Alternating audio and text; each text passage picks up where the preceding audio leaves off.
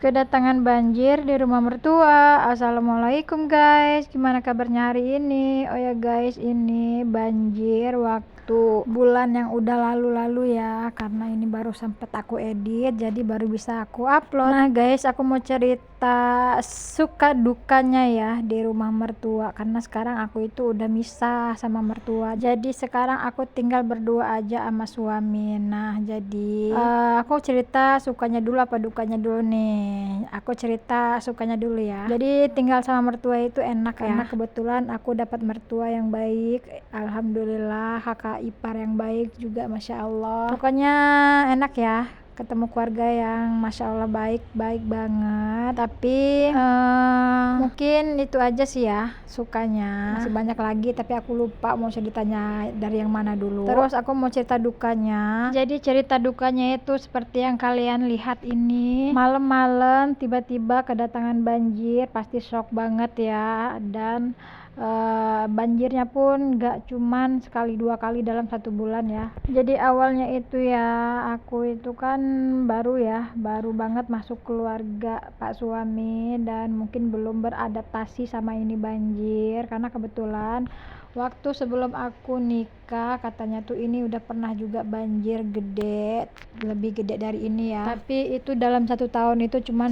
2 atau 3 kalian kayak gitu aja. Tapi karena mungkin aku itu orang baru dan belum pernah mengalami seperti ini, ada suatu hari ya malam-malam pas bulan Ramadan tuh ya, ketika kami terlelap tidur, tiba-tiba jam 2 malam kedatangan banjir, dan kasur kami yang kami tiduri itu sudah mengambang dong. Ya Allah, gimana rasanya tuh, aku tuh di dalam hati ya nangis antara kesel, bingung, dan nggak tahu lagi ya apa yang mau diomongin, saking kagetnya itu tuh. Sampai aku itu puasa tanpa sahur, tanpa makan sedikit pun, cuman aku niat berpuasa, cuman aku udah nggak selera lagi makan, karena makan di atas genangan air itu menurut aku ya pengalaman pertama yang mungkin akan jadi kenangan aku ya di masa saat sekarang ataupun nanti ketika aku sudah memiliki anak cucu, untuk bekal cerita aku nanti ketika mereka sudah ada. Nah pasti kan ada yang bertanya-tanya nih, terus mertuanya sama siapa? Kasihan dong ditinggal. Jadi mertuaku itu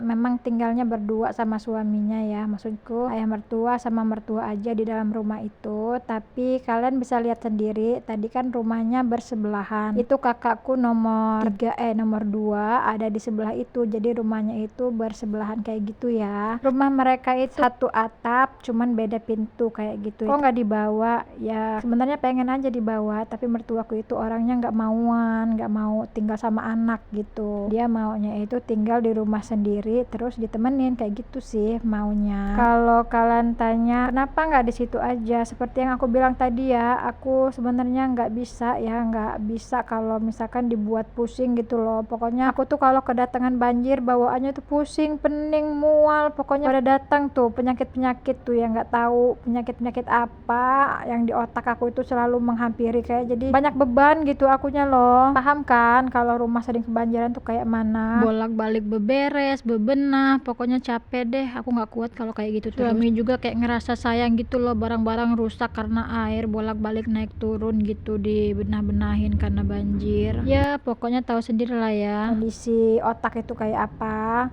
Nah di sini juga kan aku itu terbilang anak bungsu ya kalau ngikut suami, jadi masih ada 3 atau ada 5 kakak kami di atas itu. Dan kalau misalkan rumah tua itu kan biasanya kalau orang Lampung itu hak miliknya anak pertama laki-laki gitu ya kan. Jadi di atas suami aku itu masih punya kakak laki-laki 3. Jadi kami itu kalau misalkan nggak ada yang di sana ya kami aja yang main gitu, tengok kangen gitu aja sih. Selebihnya kalau misalkan mertua kangen atau pengen minum ke tempat anak-anaknya, ya udah tinggal dijemput atau mereka yang kesini gitu ya teman-teman. Jadi cerita suka dukanya tinggal sama mertua kayak gitu. Oke, terima kasih yang udah nonton sampai habis.